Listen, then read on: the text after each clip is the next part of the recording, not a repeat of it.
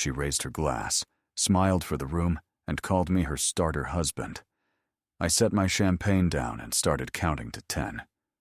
Hey, my name's Ethan. I'm 41. I live in Raleigh.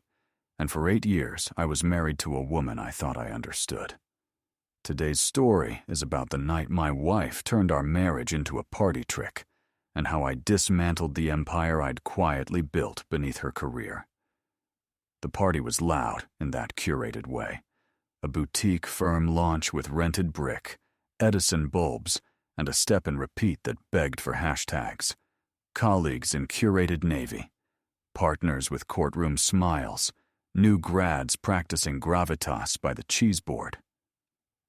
Marina, my wife, tapped her glass, let silence bloom, and delivered the line like a closer. Here's to upgrades. My starter husband got me here. Time for the real thing. Then she produced an envelope. Laughter arrived in waves. Chuckles, winces, that ugly sound people make when they're glad it isn't them. She extended the envelope. Cameras were up. The flash on someone's phone hit the glass and threw a thin white band across her cheekbone. The image will never leave me. "Don't be dramatic," she said when I didn't take it. "Stay, have a drink. We'll handle details Monday." I pocketed the envelope without opening it. I nodded to her partners, as if we all understood something decent. Then I left. The drive home was straight lines and quiet. You can hear the truth in quiet if you let it speak. It reminded me that nothing about Marina's firm was self-supporting. Every lease, every server, every research tool had a shadow signature. Mine. I didn't sleep. I brewed coffee and opened a folder labeled Foundation. Inside were 6 tabs and a spreadsheet that had started as a love letter and matured into a ledger. Receipts, in case anyone ever asked. Law school refinance. I co-signed when rates dipped, $74,500. Bar prep loan, $14,000. LLM tuition top-off when she pivoted fields, $36,800. Office lease, personal guarantee for the first 2 years, exposure up to $52,000. Equipment financing, workstations, servers, scanners, $28,600 in my name, cross-collateralized with my line. Research and case management stack on a business card requiring my OK for charges over $4,500. That's $211,900 in signed faith, not counting the soft promises. My reputation with a bank manager who still sends me holiday cards. The introduction to a conservative insurer who only underwrote because I vouched. I'd kept logs, dates, emails. A note from Marina. "Babe, once I'm established, I'll consolidate to my profile. You won't even see it." A smiley face that aged poorly. I called Jacob Reed, my contracts attorney. Not a divorce guy. A language and leverage guy. He picked up, sleep in his voice. "Ethan, I need every agreement I've signed from Marina pulled and annotated. Look for exit clauses, material change language, and any 30-day withdrawal windows." He was quiet. "What happened?" She turned me into content. "I'll meet you at 7, he said. "Bring everything." I printed letters. The legal kind that do not shout because they don't need to. Withdrawal of guarantee pursuant to Section 7C, termination of co-signer status under Paragraph 9 on notice of changed circumstances. Revocation of charge approvals for research vendors exceeding threshold. Certified mail. Return receipt requested. Tracking numbers pasted into my spreadsheet like little nails in a clean line. This part matters. When a structure rests on your credit, you are not being petty when you step aside. You're acknowledging physics. Monday moved quickly. By 10 a.m., the bank manager had my notice. He frowned, the way someone frowns when a decent story goes sideways. "I hate this for you," he said. "I hate that it's necessary," I said. By noon, the insurer. By 1, the equipment financier. By 3, the case management vendor who'd always treated me like a phantom. With each call, I said the same sentence, and I meant it. This is not punitive. It's a changed circumstance. Please confirm in writing. This is not legal advice. At 4, Marina called. I got some. Unsettling letters, she said, voice tight. I sent clear ones. You can't just do this. I can, within the language you never read. Be reasonable. We'll negotiate. You're emotional. Reasonable is withdrawing from obligations that no longer match reality. Emotional is a toast with an envelope. Silence. She went to her lawyer voice, measured, threat adjacent. You might be in breach of the marital promise to support my career. If you interfere with my professional relationships, You served me at your party, Marina. Which promise broke first? She exhaled like a closing argument that just missed. That night, I added a tab to the spreadsheet. Logs. I pasted in call times, USPS receipts, email confirmations.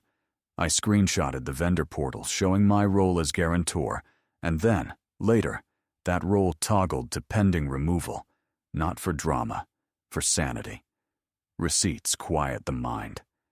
Tuesday morning came with a ping from the equipment company. Removal slated unless the outstanding $24,900 cleared. At 10, the bank, provide alternate collateral within 30 days or bring the balance down to a personally secured limit. At noon, an email from the insurer dry enough to chafe. Coverage canceled upon guarantor withdrawal, effective immediately at 11:59 p.m. Today, unless paid in full under new underwriting. A PDF attached, policy numbers, the sort of document that freezes air. No liability coverage means no practice. Rules are rules. Policies are policies. This is not legal advice. At 3, Marina walked into my office without an appointment. Denim instead of the navy armor. Ponytail instead of the glass-cut bob. Eyes that looked like places you don't go after dark. Ethan, please. I gestured to the chair she used to occupy when she slid forms across my desk, with kisses in the margins. My insurance, she started. It's gone. The bank wants a lump sum. The software locked me out mid-search. I have a brief due tomorrow. Clients, I waited. This isn't you, she said. You're not cruel. I'm precise. We can fix this. You can buy me out. Every obligation with my name on it. $211,900, plus fees, plus whatever it costs to convince people you're low risk without me. I don't have that. Then you're not independent. Her jaw flexed. You're enjoying this. No, I said. I'm learning from it. She stared at the folder on my desk like it might detonate. What do you want from me? The truth. Publicly. Not a spectacle. A statement inside your circle, at least. That your firm stood on support you no longer respect. That you called it starter because it was easier than partnership. I can't, she whispered. They'll think I'm human, I said. She left without closing the door. On Thursday, someone else called. Elena Park. A mid-market partner Marina had courted. You could hear the calculator in her throat. Ethan. This situation with Marina impacts our referrals. Clients need continuity. Are you sure you want to? I'm sure I want to stop underwriting someone who made me a punchline. You're punishing her and hurting clients. I'm honoring boundaries, and I didn't cancel her coverage. The policy did when the guarantor left. She paused. What would it take to stabilize things? Transparency or cash. I didn't say it like a threat, just a price list. Friday, the insurer's notice went from pending to final. At 9:17 a.m. my phone buzzed with a number I didn't recognize. It was the State Bar's administrative office, reminding Marina's firm of the requirement to maintain active professional liability coverage to remain in good standing. Systems talk to systems. You don't have to pick up a phone to make gravity work. By noon, Marina was in my lobby again, small in a way I'd never seen. "You win," she said, standing in my doorway. "Is that what you wanted? To watch it all burn?" "Fire cleans," I said. "It also shows what was load-bearing." She sat. She did not cry, which I respected. "I did use you," she said. No legal sheen, just a voice. At first it was mutual. Then it was convenient. Then it was expected. "You started believing the myth your colleagues liked," I said. "Talent is real. So is scaffolding." "Say I make it right," she said. "Publicly." "What then?" "Then you figure out what your practice looks like when the foundation isn't a person." We didn't shake on it. Some deals don't need hands. They need time. The following Monday brought a different kind of flood. 97 missed calls by 6 a.m. "Please call me." Coverage lapsed. Research access terminated. Clients are asking questions. The texts stacked like dominoes. I drove in slower than usual, a little sadder than I expected, a little clearer than I'd hoped to be. By midweek, she posted something quiet on LinkedIn. No confessions, no drama. Just a note about restructuring and taking a step back to focus on client service. The circles read what they wanted. 3 weeks passed. The firm shuttered. Marina took a salaried position 2 towns over, a number so modest I thought it was a typo. The yoga studio that replaced her office painted the door the color of new leaves. I walk by sometimes after dinner. People leave smiling. Jacob, my attorney, recused himself from my general work to avoid the swirl. I found another counsel who talks like a bench memo and bills like a surgeon. My business, it grew. Apparently, boundaries look like good governance from the right angle. I signed 2 new clients who said the quiet part out loud. "We like that you don't negotiate with disrespect." There was a letter, eventually. From Marina. The handwriting I used to spot across rooms. She wrote about pressure and performance, and the way admiration can curdle into appetite. She apologized. She asked if we could be friends. I read to the end of the first page, folded it once, and slid it into the foundation folder under a tab called Story. Not for spite. For record. Here's what I want someone to hear, if they're where I was. Love is not a line of credit.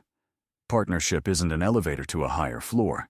It's weight sharing over time, with 2 people willing to be foundations for each other, without pretending one is the marble and the other is the mortar.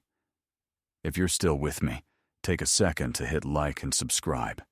It tells me these quiet power stories matter, and it helps more people find them. Marina wasn't a villain. I wasn't a saint.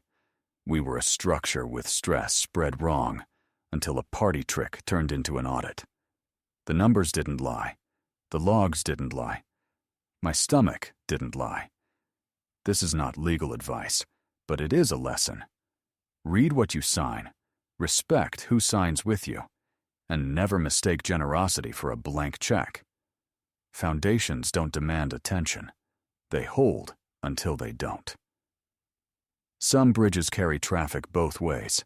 Some are for crossing once. Some are for looking at in the evening light and saying, honestly, that was beautiful while it stood.